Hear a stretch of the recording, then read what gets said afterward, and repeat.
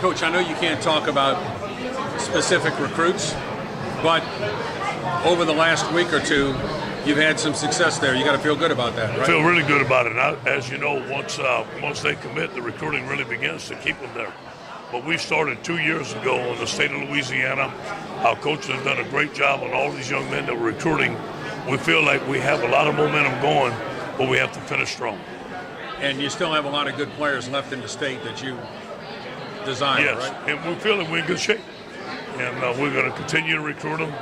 The play on the field this year is going to be very important to some of them, the style of play in which we play. But that's part of recruiting. We have to finish strong. How critical is it to keep some of your friends from the SEC West out of the state? It's about everything we do. And we don't want to lose anybody that we want in-state to anybody out of state. And it's what we fight. We fight it every year. Are we going to be perfect? Probably not, but we've gotten better in the last 2 years. And how has that happened, do you think? I just think relationships, me being in my second full year, being able to get to their parents early, get to the champions early, get them to believe that staying home in the state of Louisiana, they can achieve everything that they want. I know, like Ed said, obviously you can't talk about some of these players, but when you land a guy who's some recruiting services, if you pay attention to him, considered the top guy in the country, can you see that lead recruiting classes and turn other guys over to follow him? Sure, it has. And it gives you momentum. And, you know, a lot of our recruits are recruiting from LSU already in the state of Louisiana. And that means a lot because we get to see them in person. They go to 7-on-7s, they go to the opening, they room with them. So they're doing recruiting for us, which makes us very powerful. I think anytime that, from a fan standpoint, they see a transfer quarterback come in, they get nervous that maybe the guys they have on campus didn't show you guys what y'all wanted to see this spring. Is there any reason to worry about that? Not really. You know, we have 3 good quarterbacks on our roster. And Justin and Lowell and Miles are very good quarterbacks. But this opportunity came, so is Joe. Joe is a very good quarterback. So just like any other position, we're going to create the most competition we have and let the best man win. What's popped out to you about Joe Burrow? What made him so attractive? Well, he's very smart. He's mature, 6'3", 220. His session in the film room was fantastic. He's able to run an offense. He's confident in his work ethic. Coach, it's not like defensive line where you can rotate guys in and you can play a bunch. No. How do you manage the egos in the room? Because anybody who's playing quarterback in the SEC probably has a pretty good-sized ego. Yeah, it's tough. And what I want our players to know is everybody's given equal opportunity. This is LSU. There's only one quarterback that can play. We might play 2 if we have to. But I want the team to see, I want the coaching staff to see them compete and let the best man win, and then it becomes fair. Do you think at some point during the fall, who's the best becomes self-evident? Yes, I think so. I think that's what we're hoping to happen. It didn't happen in the spring. There were some good days, there were some inconsistent days, but obviously, hopefully during camp, the best player will show out that he's the best player. And let me tell you this, if you're going to be a starting quarterback at LSU, that should happen. I know a lot of people hear that you're going to throw the ball more. Yes. But you understand over the years the skepticism that might come when you say that. That's right. Well, I've got a quarterback that played at LSU. He is our offensive coordinator. We're going to be 50-50, right down the middle. We're going to throw the football. We're going to be in 3 and 4 wide sets, 5 receiver sets. We had a great recruiting class at wide receiver. We're excited about our young guys. I'm excited about Jerry Sullivan, who I believe is one of the best passing game coordinators in the country, and I believe that you have to be balanced to win the championship.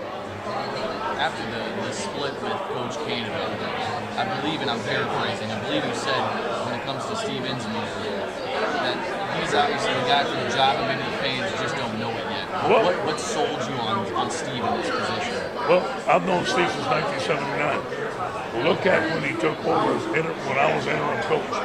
In 8 games, he broke 7 school records. He was fantastic. He ran the offense that he and I believed in. I believe in him. He's done it before. He believes LSU.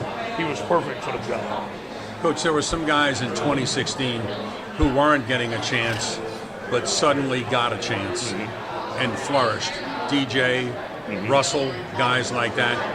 Do you think that's one of Steve's biggest attributes, is that he can find those kind of guys? He finds them. And, here's our mantra is the depth chart is etched in sand.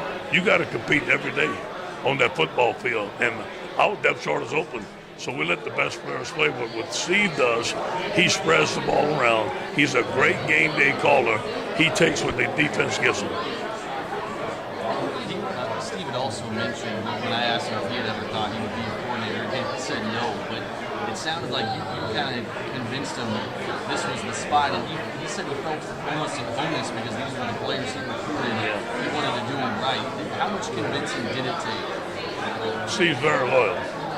And he and I had 1 or 2 conversations, and I told him how much I believed in him, and I told him he's doing this to LSU, and he wanted to do it. Coach, do you think that this defensive line is maybe as good as the 7 and 11 teams as far as their ability with some of the guys that you have now? I do believe we're getting close, and I believe we have some good depth. I think we have some very talented players. We have some very talented outside linebackers, obviously with Devin White. We're going to have to see as the season goes, but can we achieve a high status and be a great defense? I do believe so. I talked to Pete Jenkins recently. He said Rashard Lawrence might be the toughest football player that he's coached. Now with the possibility to have a full, healthy season, is the sky the limit for something like that? No question. Rashard's a 4.0 student, has great technique, great hands. Here's another situation, North Louisiana. We had to go get him. He was a top player in North Louisiana. Other years, those guys have gone to our opponents. We kept them in state. Rashard is a great representation of LSU. That's going to be a great player for us. Coach, I know you don't pay too much attention to all the preseason chatter because that's all it is, but some people have low expectation of this program.